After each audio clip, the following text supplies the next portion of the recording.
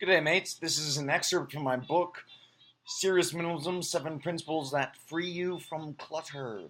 This is part of the introduction called The Elegance, Control, and Joy of Minimalism. The height of cultivation runs to simplicity. Halfway cultivation runs to ornamentation. That was Bruce Lee who said that. Martial artist, philosopher, and minimalist. First, the elegance. There exists a profound elegance to minimalism. A huge part of my life and personality involves computer science. Computer scientists who know what they're doing are impressed when something complex is accomplished via very selective, concise, precise, and well-structured code. To mathematicians and coders, such concision and precision is known as elegance. Elegance is, quote, an ideal espoused by many mathematicians and rather fewer computer programmers, which means the expression of a proof, concept, or design simply without fuss or superfluous elaboration. In short, a shorter amount of code that accomplishes the same thing as more lengthy code is always superior and better and more elegant. You can experience a similar elegance with your minimalism. Serious minimalism is by its very nature elegant and something very akin to the unfathomably accurate and perfect precision of math. And just a personal side, personal and professional, I like math more than computer science. I have always appreciated the raw beauty of math.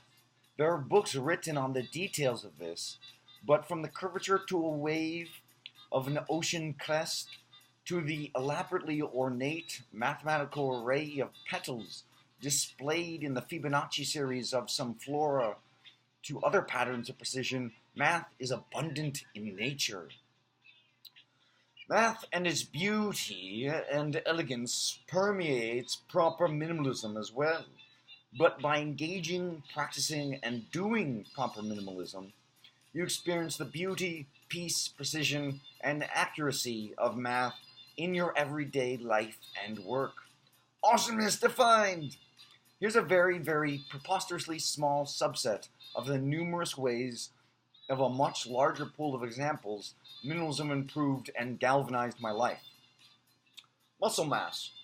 I worked out intensely, built up her body strength, and had a greater ease with physiological alignment. In other words, it was easy and natural to have a stable cardiovascular, respiratory, musculatory, and skeletal health. Digestive health. I wasn't a mess digestively due to more control, healthier eating, and reduced anxiety. My entire gastrointestinal tract was healthier. That sounds gross, but it's true. Not having minimalism throws off your eating patterns. This is very true. Which then directly throws off your digestion. Increased mental focus. In everything from writing to podcasting to life to work, in every area I had a calm, efficient, focused productivity and concentration. That felt great. It was from minimalism. It wasn't something that made me excited, but rather something that just allowed me to over time experience the deep and potent reward of achieving more and achieving specifically what I had decided to do, things that were congruent with my interests. A common symptom of clutter is you achieve things, but those things are not congruent with what you wanted to do in the first place. With minimalism and increased productivity, I achieved more and had that intrinsic piece of understanding that that goal was congruent with exactly what I wanted to do. And there's two more ways that minimalism benefited me. Increased energy. I became more aware of my body and thus more cognizant of health. Selective focus on what I wanted. Classical music, bioanatomical health, mathematical studies, whatever it may be, you become more focused on what you want. Finally, the actual elimination of clutter may be confusing, daunting, and challenging, but experiencing the minimalism, the permanent, raw, true, installed minimalism, not just shoving stuff in nice boxes or shipping it somewhere else or stored somewhere else, but generally eliminating the clutter is definitively elegant. Focus on the elegance, dear reader, or listener, or watcher, or viewer. May that be a beacon for you as you progress through this book. Now we're going to talk about the control of minimalism. We just talked about the elegance, and we'll finish up with the joy that minimalism provides. So control. Just as joy and minimalism are conjoined twins, control and minimalism also share an intrinsic relationship. Simply mathematically, the more items you have, the more time you will have to put into controlling them. Controlling an item refers to fixing, customizing, ensuring proper functionality, managing, organizing, updating, and if and when necessary, replacing the item. All these necessary control and maintenance actions, whether you want to admit it or not, are connected with each of your items. Every pen, every utensil, every cushion, every technological device, every cord, every garment, every knick-knack, every utility item, every memorabilia item, all require some or all of those control maintenance actions. Those actions consume time, energy, and focus. Just having a smidgen more than is necessary can cause your level of control to unhealthily dwindle. However, in reading this book, you will have natural control and will then have more time and resources for achieving what you want.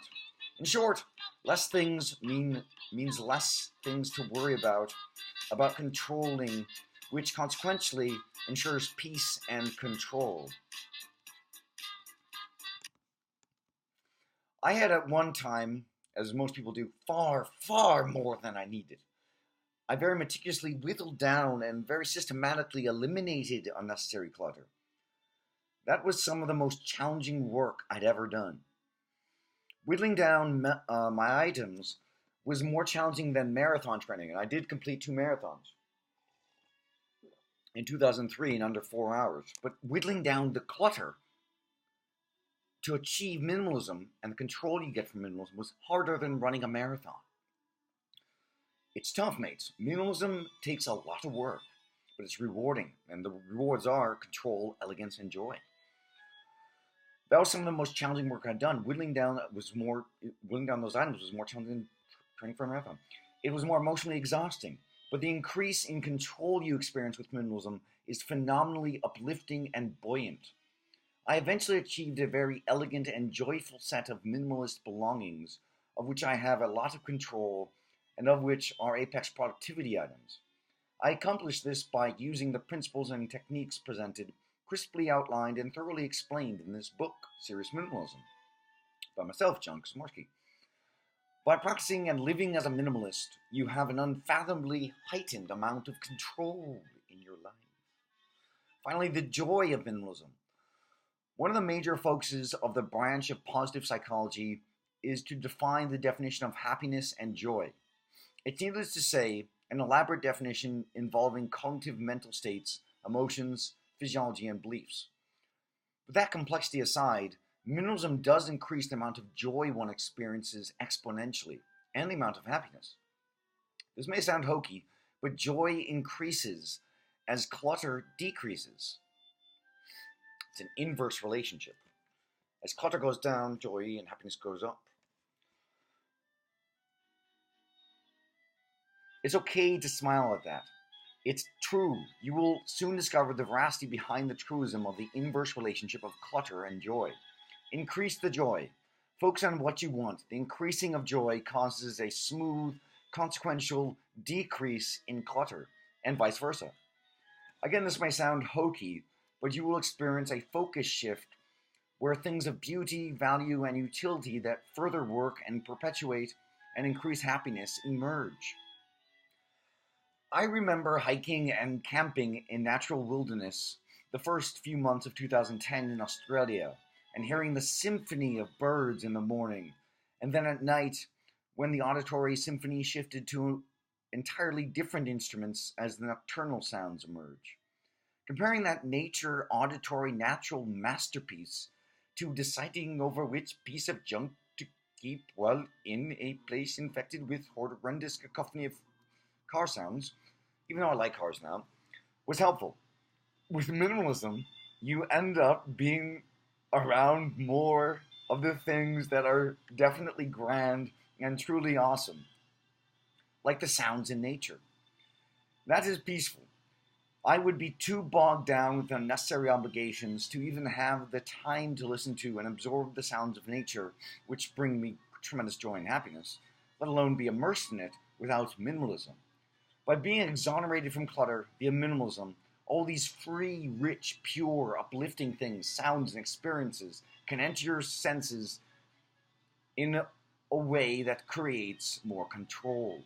So that's the elegance, joy, and control of minimalism. If you are interested in purchasing this book, go to www.johnkazmarski.com, click on the store link, and there should be a book called Serious Minimalism up there shortly. Thanks for watching.